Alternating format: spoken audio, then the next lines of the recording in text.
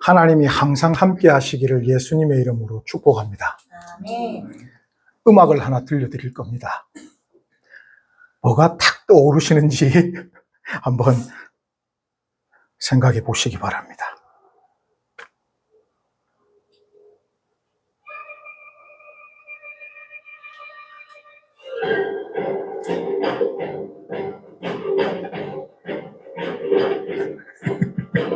퀴즈입니다.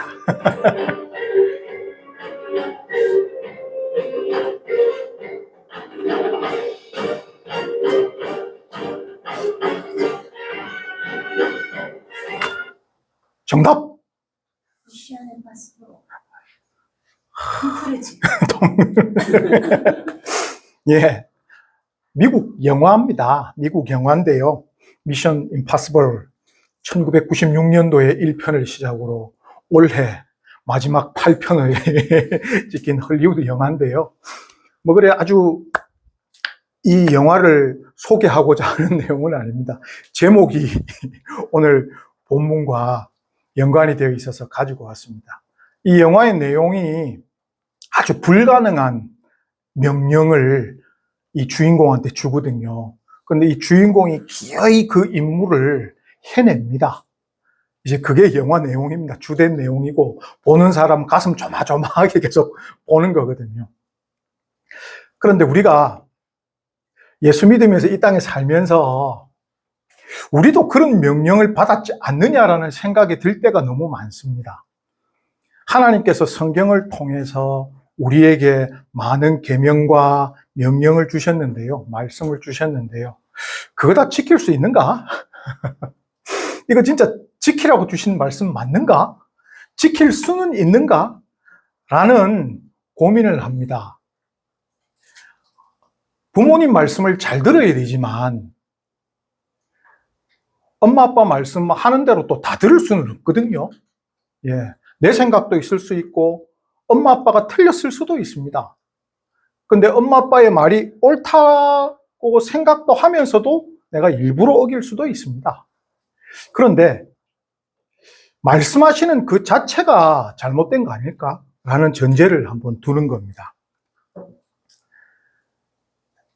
예를 들면 하나님께서 주신 말씀 중에 이제는 지키지 않는 말씀도 있죠.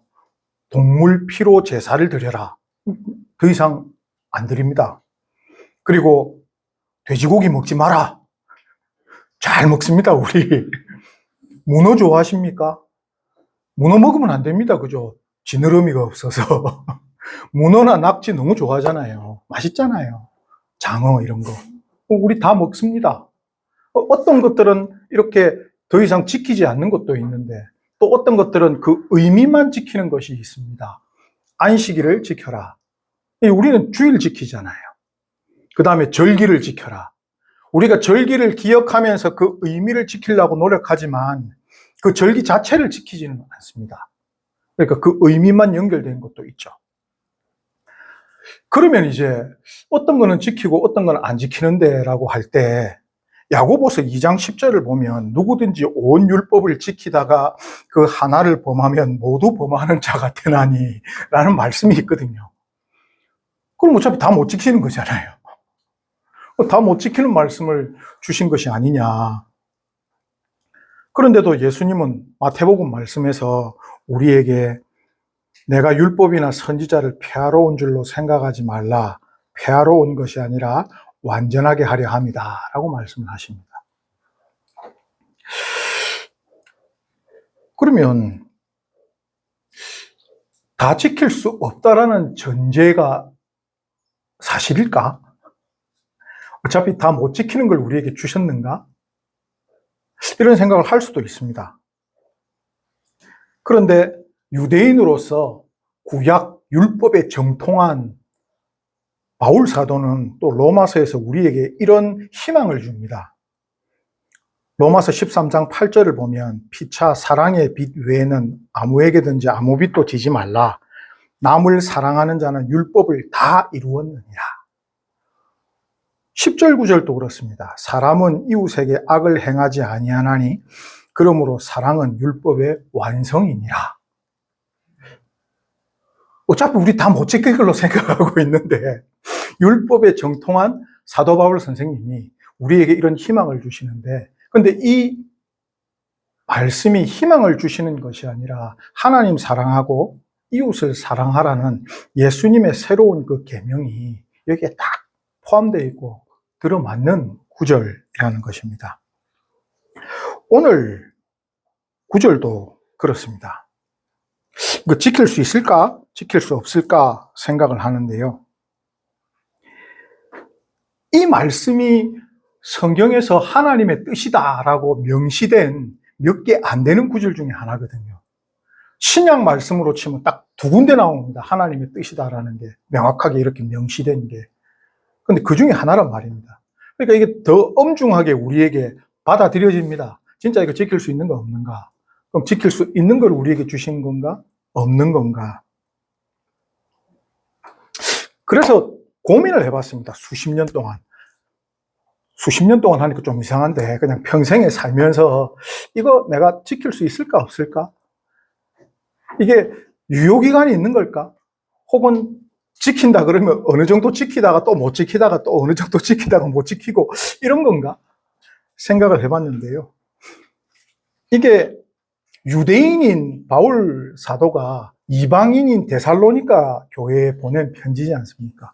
그러니까 유대인이 당시의 공용어인 헬라어 그리스어를 써서 이방인들한테 보낸 편지인데 역으로 한번 생각을 해봤습니다. 역으로 생각을 해본다는 게 뭐냐면 성경의 언어들을 지금 신약 성경은 헬라어로 적혀 있지만 이걸 히브리어로 한번 바꿔본다면 이게 어떤 말이냐면 유대인인 그 바울 사도의 의도가 조금 더 분명하게 드러나지 않을까? 혹은 이 말의 뜻이 조금 더 분명해지지 않을까? 번역상에서 혹시 우리가 좀 잊고 있는 건 없을까? 그걸 한번 오늘 말씀을 통해서 묵상을 한번 해볼까 합니다. 먼저 구약 성경은 히브리어로 다 적혀 있잖아요. 근데 이것을 헬라어로 번역한 역사는 참 오래됐습니다. 70인역 성경이라고 벌써 기원전 3세기에서 1세기 사이에 벌써 구약 성경이 헬라어로 번역이 됐었거든요. 예수님의 제자들도 신약 성경에서 성경을 인용할 때 히브리어 원문을 인용했다기보다는 70인역 성경을 인용한 구절이 더 많다라고 성서학자들이 얘기를 합니다. 그런데 신약 성경 헬라어로 그리스어로 기록된 이것들을 히브리어로 본래 유대인들에게 전해질 히브리어로 번역한 것은 역사가 그렇게 길지가 않습니다. 최초 1385년에 마태복음을 처음으로 히브리어로 번역을 했었습니다. 그리고 1599년도에는 다국어 성경이라고 해서 12개 언어로 성경이 번역이 됐는데 그때 신약 성경이 히브리어로 다 전체 번역이 됐습니다. 그리고 오늘 제가 이제 찾아본 번역본은 1877년도에 만들어졌는 히브리어 성경인데요. 번역된 성경인데요. 가장 많이 사용된 성경입니다. 그래서 이제 본문으로 들어가 보겠습니다. 앞에서부터 늘 읽다가 문득 뒤에서부터 한번 읽어봤습니다. 앞에서부터 이게 안 될 것 같아서 항상 기뻐할 수가 없잖아요. 그렇다고 쉬지 말고 기도하라 이것도 안 되겠거든요. 근데 범사에 감사하라 이거는 최근에 좀 되는 것 같습니다. 왜냐하면 어떤 일이 있을 때 하나님 감사합니다 이게 꼭 뭘까요? 습관이 든 것처럼 입에서 나오긴 하거든요. 그래서 뒤에서부터 혹시 뭔가를 보면 되지 않을까 한번 찾아봤는데요.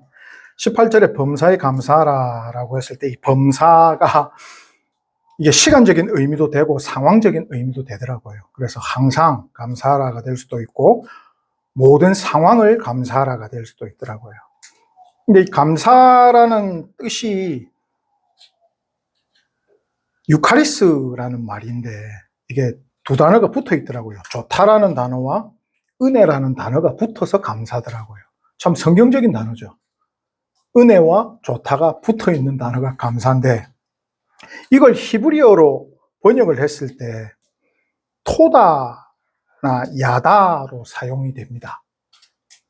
그래서 여기서 이제 질문, 시편 100편 4절 말씀해 보면 감사함으로 그의 문에 들어가며 찬송함으로 그의 궁전에 들어가서 그에게 감사하며 그의 이름을 송축할지어다 되어 있거든요.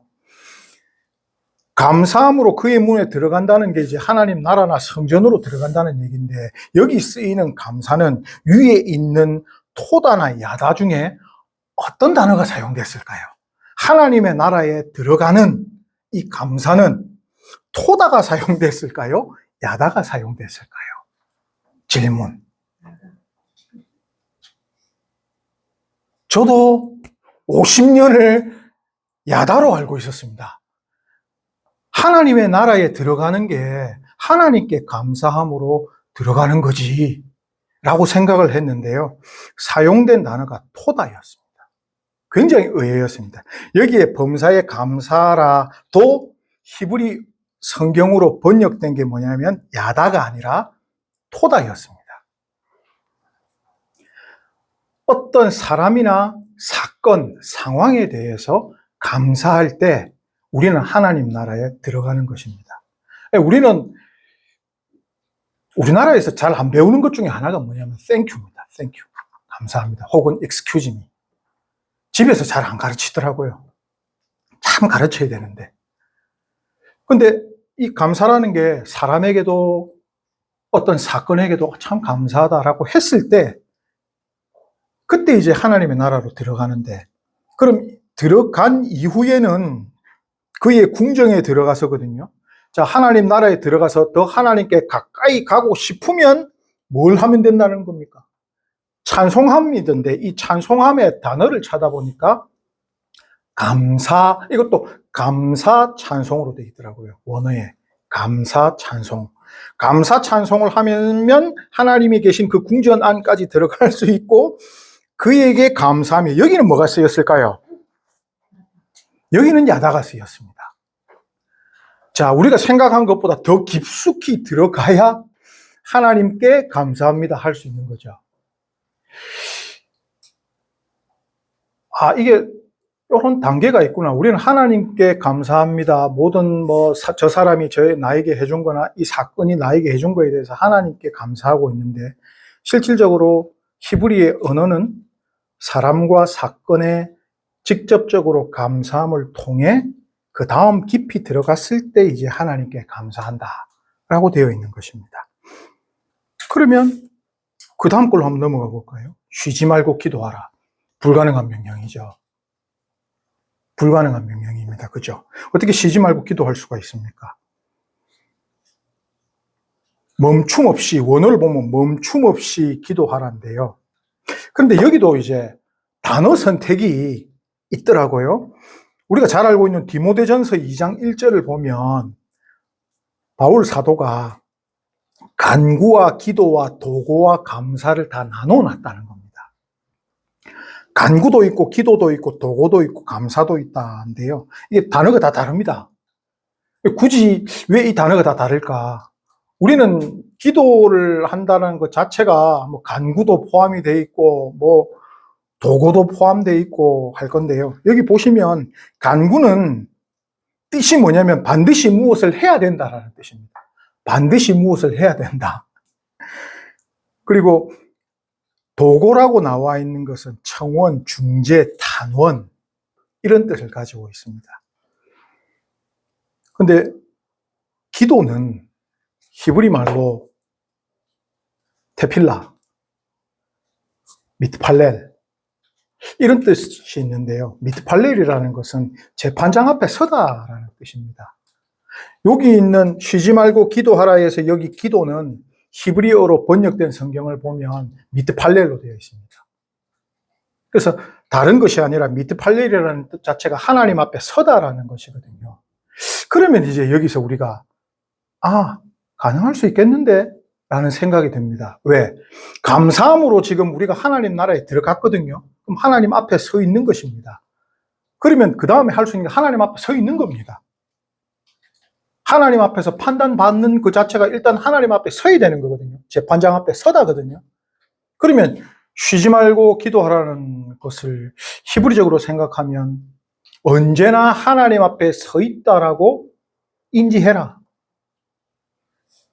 하나님 앞에 서 있다고 인지해라 라는 뜻이 되는 것이죠.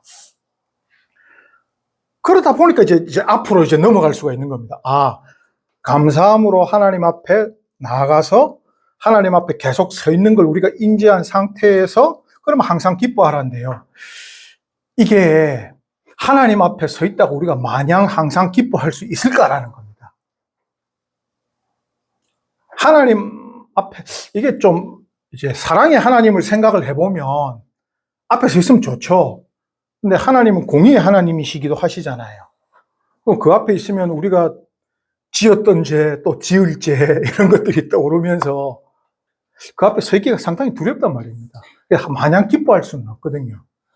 그런데 여기 항상 기뻐하라도 이 단어를 찾아보니까 기뻐하다라는 이 단어가 어디에 같이 쓰였냐면 시편 1편 2절에 이 단어가 그대로 쓰여 있더라고요. 오직 여호와의 율법을 즐거워하여 이게 기뻐하여 하고 같은데 여기서 이제 또 1, 2, 3, 4 이번에 객관식으로 질문을 드립니다. 여기서 즐거워하다 혹은 기뻐하다라는 뜻이 히브리 말로는 4가지가 있거든요. 헤페츠가 있고 사마흐가 있고 길이 있고 수스가 있습니다. 여기 보시면은 이제 어떤 뜻이다라는 게 나와 있는데요. 여기서 사용된 기뻐하라 혹은 즐거워하라는 것은 1번부터 4번까지 중에 어떤 것일까요? 25%의 확률입니다. 25%의 확률입니다. 1번 헤페츠, 기쁨, 즐거움, 소원과 소망을 바라고 이루어지는 기쁨. 보통 모를 땐 긴 게 답이다. 긴 게 답입니다. 예. 4번보다 1번이 좀 길죠? 예, 맞습니다. 1번이 답입니다. 소원과 소망을 바라고, 여기 점을 하나 찍어야 되거든요. 바라고, 여기까지가 끝입니다. 또 이루어지는 기쁨, 따라옵니다. 그러면 항상 기뻐하라는 게 원어의 뜻으로 치면 뭐냐면 하나님 앞에서 항상 하나님께 소원과 소망을 바라고. 가능하죠? 우리 하나님한테 맨날 뭐 합니까? 주시옵소서. 주시옵소서. 하잖아요. 계속 하라고 해도 저는 할 수 있을 것 같습니다. 하나님 이것도 주시고요. 저것도 주시고요. 이것도 해주시고요. 이것도 해주셨으면 좋겠습니다. 근데 그게 소원과 소망을 바라고 즐거워하며 헤페츠의 뜻이라는 겁니다. 그러면 항상 기뻐하라. 항상 하나님 앞에서 소망을 아뢰고 이루어 주실 것을 기대하면서 기뻐하라거든요. 가능하죠? 가능하다는 겁니다. 이게 불가능한 명령일까를 늘 고민을 했는데 이렇게 교차를 해보면서 정말 못 지킬 명령을 우리에게 주셨나? 라고 생각을 했지만 이게 결국은 미션 파서블이라는 지킬 수 있는 걸 우리에게 주셨구나. 그래서 이는 그리스도 예수 안에서 너희를 향하신 하나님의 뜻이니라 라고 말씀을 하십니다. 하나님이 못할 거 주시는 게 아니라는 겁니다. 우리에게 말씀을 주시고 계명을 주시는 이유가 뭐냐면 우리가 의로움에 도달하기 위한 수단이 아니라는 겁니다. 이 말씀이 우리의 연약함을 깨닫고 어차피 못 지킬 거니까 하다 보면 못 지키거든요. 하나님의 은혜와 구원을 의지하게 하는 기준의 역할을 하는 겁니다. 아, 이거 주셨는데 또 지키다가 또 항상 못 지키는 건 아니잖아요. 지키다가 못 지키다가 할 수도 있는데 결국 우리 힘으로는 안 되겠구나. 하나님이 이것도 힘 주셔야 하는구나 하죠. 모든 일에 감사함으로 하나님이 계신 곳에 들어가서요. 그 순간부터 하나님 앞에 늘 서 있음을 잊지 않고 그 앞에서 항상 하나님께 바라며 사는 것. 이 삶이 그리스도를 통해 하나님을 섬기는 우리에게 주어진 하나님의 뜻임을 알고 이루실 수 있음을 알고 이루어내시는 모두가 되시기를 예수님의 이름으로 축복합니다. 아멘.